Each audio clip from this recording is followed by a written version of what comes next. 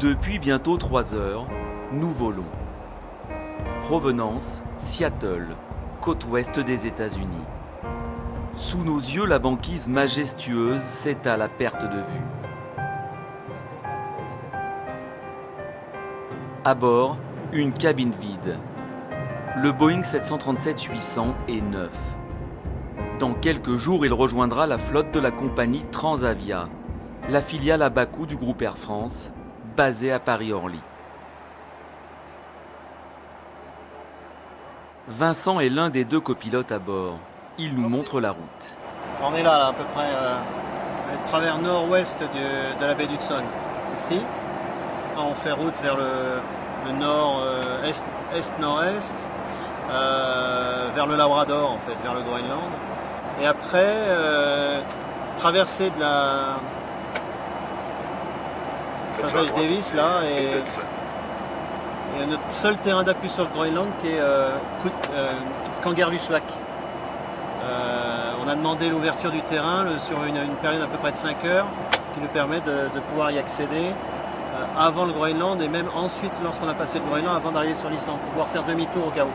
On n'est jamais à plus de 60 minutes d'un terrain en considérant la vitesse avec un moteur en panne. Car ce 737 est destiné à des vols commerciaux en Europe. Il n'est pas certifié pour effectuer une route transatlantique jusqu'à Paris. Il fera donc escale en Islande au petit matin. C'est le 3e vol de l'avion. Il sort tout juste des usines de Seattle. Et quel vol! Dans le jargon aéronautique, on appelle cela un vol ferry, c'est-à-dire prendre livraison d'un nouvel appareil et le convoyer pour sa mise en service commercial. Voici quelques secrets sur le début d'une longue, très longue carrière d'un avion. Retour 24 heures avant le départ, dans le nord-ouest américain. Seattle, le berceau de Boeing. Là où l'ingénieur William Boeing a mis au point son premier avion en 1916. À 20 km au sud, la ville de Renton. Un lieu tout aussi mythique où ont été fabriqués les Boeing 707, 727 ou encore le 757. L'avionneur nous ouvre les portes de l'usine dédiée au 737. Ici, chaque mois, 42 appareils sortent des 2 chaînes d'assemblage.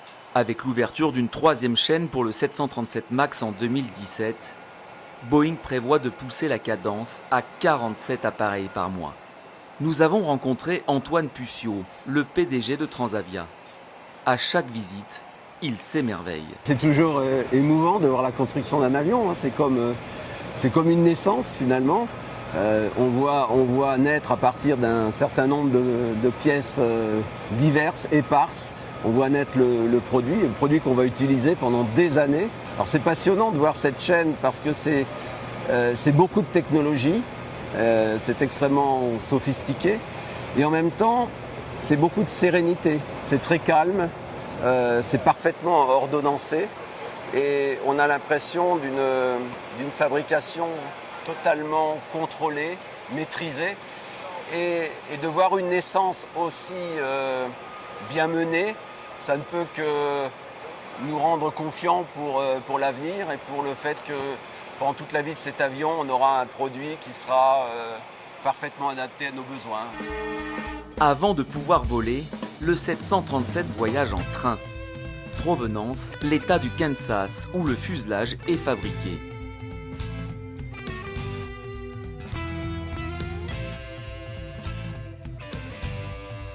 Voici donc l'avion commercial le plus vendu au monde.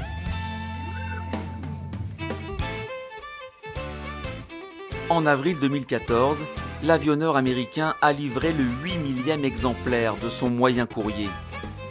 La production a démarré en 1965.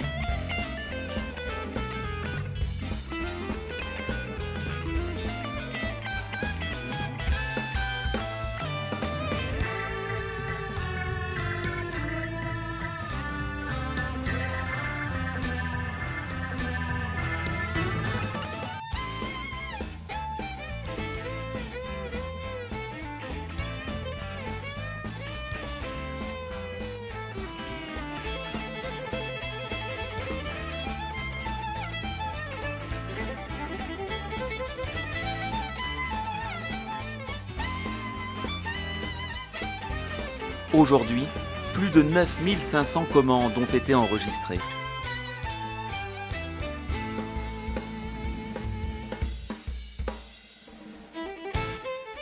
À ce rythme, les livraisons s'enchaînent. Il y en a 2 par jour.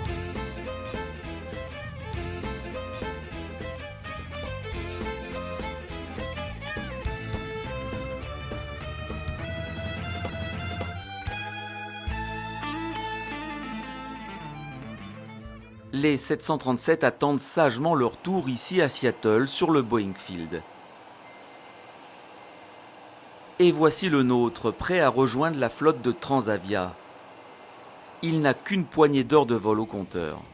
Exceptionnellement, Boeing nous a autorisé à nous rendre au plus proche de l'appareil, la veille de sa livraison.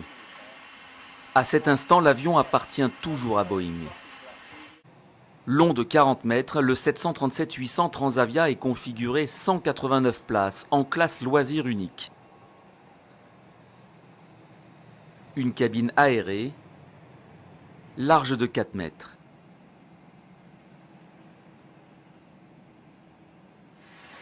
Avant sa livraison, l'avion est inspecté dans ses moindres recoins, testé en vol, comme au sol. Cette étape cruciale est menée par les ingénieurs de la compagnie.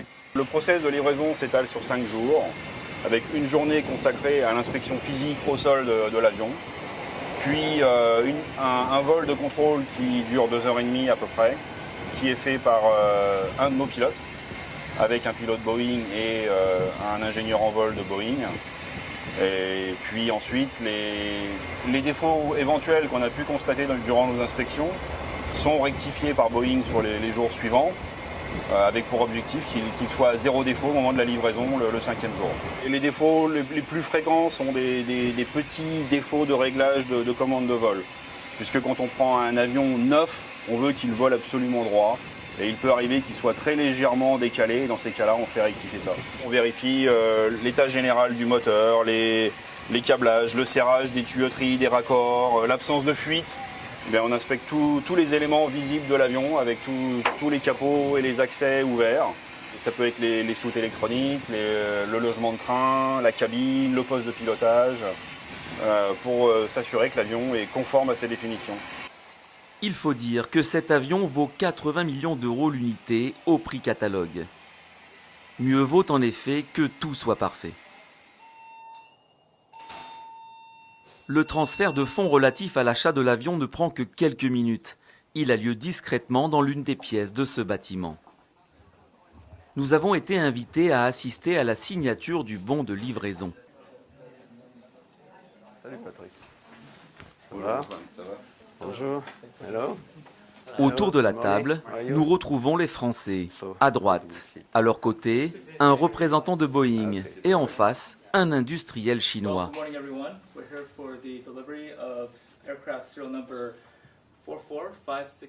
En réalité, c'est ce dernier qui achète l'avion. Il va ensuite le louer à Transavia. Documents contractuels, certificats de navigabilité, tous les papiers nécessaires à l'exploitation du Boeing sont vérifiés un par un. L'acte d'achat valide la vente entre Boeing et le propriétaire. Transavia prend alors immédiatement réception de l'avion en signant un contrat de location, comme pour une voiture. Enfin presque.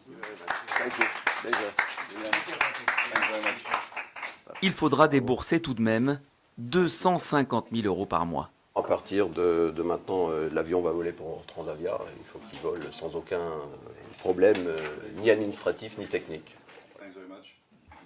Cette étape est bouclée en moins d'1 heure. Pas besoin de clé pour démarrer l'avion. Il est cependant de tradition chez Boeing d'en offrir une aux heureux acquéreurs.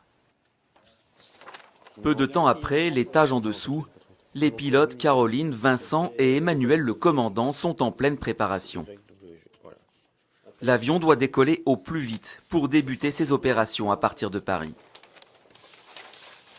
Nous partons de Seattle à juste au nord de Vancouver. Notre route après va nous faire passer donc, ici au travers d'Edmonton. Ensuite, ici, on a Fort McMurray, donc une traversée du Canada. Ensuite, donc, on reprend ici, donc, qui est le point d'entrée dans la zone océanique Eppman. Et là, on va traverser le Groenland, là, au niveau de cette route-là. L'arrêt ici à Keflavik pour refueler. Et on repart et on va faire direction Glasgow.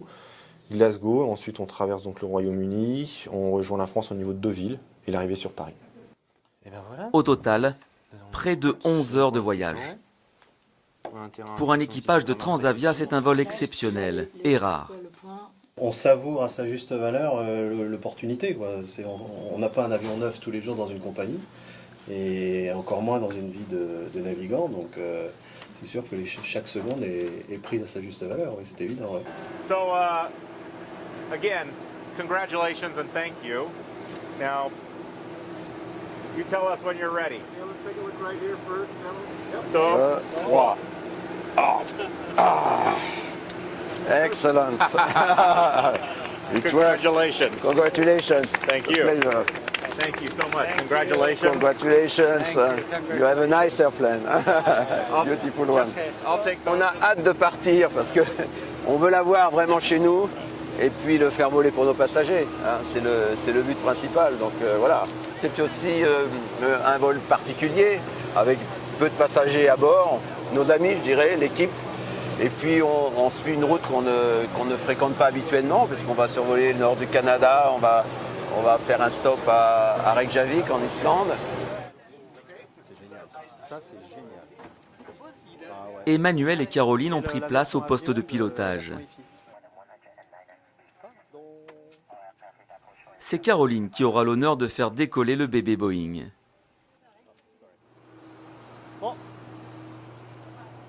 Au même moment, le second copilote, Vincent, effectue la visite pré-vol au sol. Il va inspecter toutes les zones sensibles. On vérifie que le fan est libre, il n'y a pas de point dur. Donc le mouvement est libre, ça fait partie des vérifications habituelles de début de vol. On vérifie que l'état de surface est pas, bon là c'est facile, l'avion est neuf, donc les défauts auraient été constatés déjà bien avant. Regardez ça. T'as pas envie de l'abîmer l'avion quand il est neuf? Non. Non, c'est sûr. Enfin, il va falloir qu'il fasse sa vie d'avion. Il va falloir qu'il vole.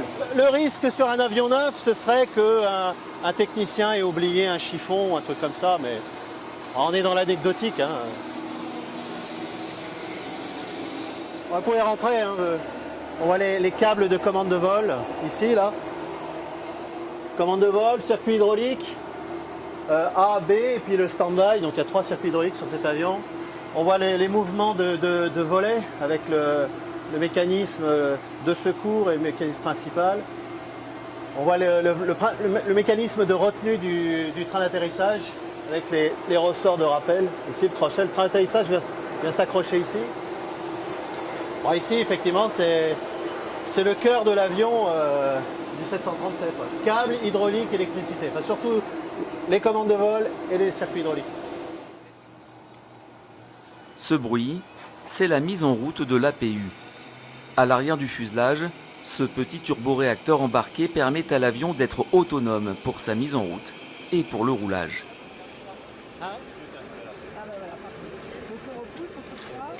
L'oiseau est enfin prêt à quitter son nid.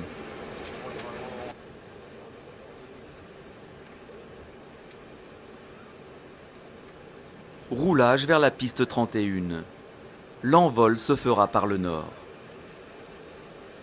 Le décollage maintenant d'ici 2 minutes. Nous décollons donc sur la piste 31, ce qui permettra d'avoir Seattle sur la droite de l'appareil. Très belle vue pendant tout notre départ.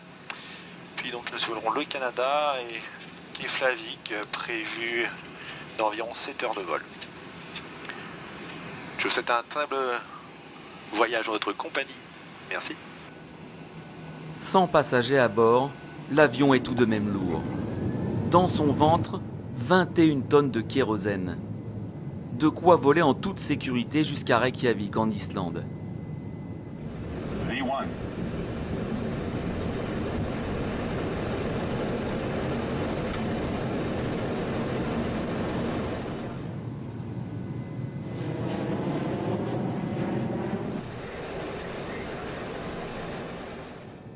l'ultime regard sur Seattle. Juste sous l'aile, vue sur le terrain de Boeing Field. Un dernier au revoir, l'oiseau métallique démarre sa migration vers son pays d'adoption, la France. Une course contre la montre débute. Un avion coûte cher à son propriétaire, en particulier lorsqu'il est vide. Transavia a besoin de cet avion le plus vite possible parce qu'il rentre dans notre programme de vol. Et donc chaque journée de retard pourrait être pénalisante au niveau de l'exploitation. Un avion immobilisé coûte plusieurs milliers d'euros par jour. Évidemment, l'objectif c'est de le faire voler au maximum et de transporter un maximum de passagers à leur destination. La nuit sera courte. D'ailleurs, sur cette route du Nord, au mois de mai, la lumière ne disparaît presque jamais. Un jeu de cache-cache commence avec le soleil. Quoi de plus beau comme paysage pour démarrer sa vie? Une vie d'avion de ligne, durant laquelle des femmes, des hommes, des centaines de milliers de passagers seront transportés si haut, là où le temps semble s'être figé. Pour l'avion, ce seront des milliers d'heures passées dans le ciel, presque par tous les temps, là où aucun vol ne se ressemble.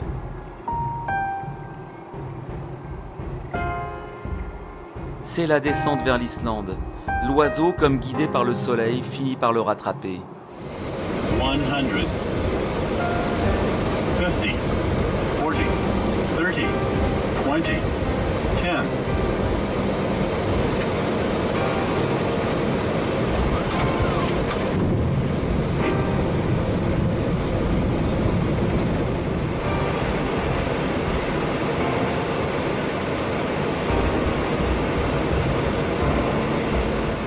L'escale va durer à peine 40 minutes.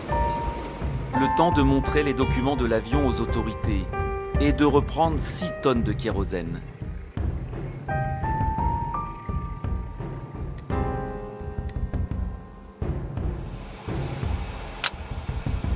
Il faut déjà repartir.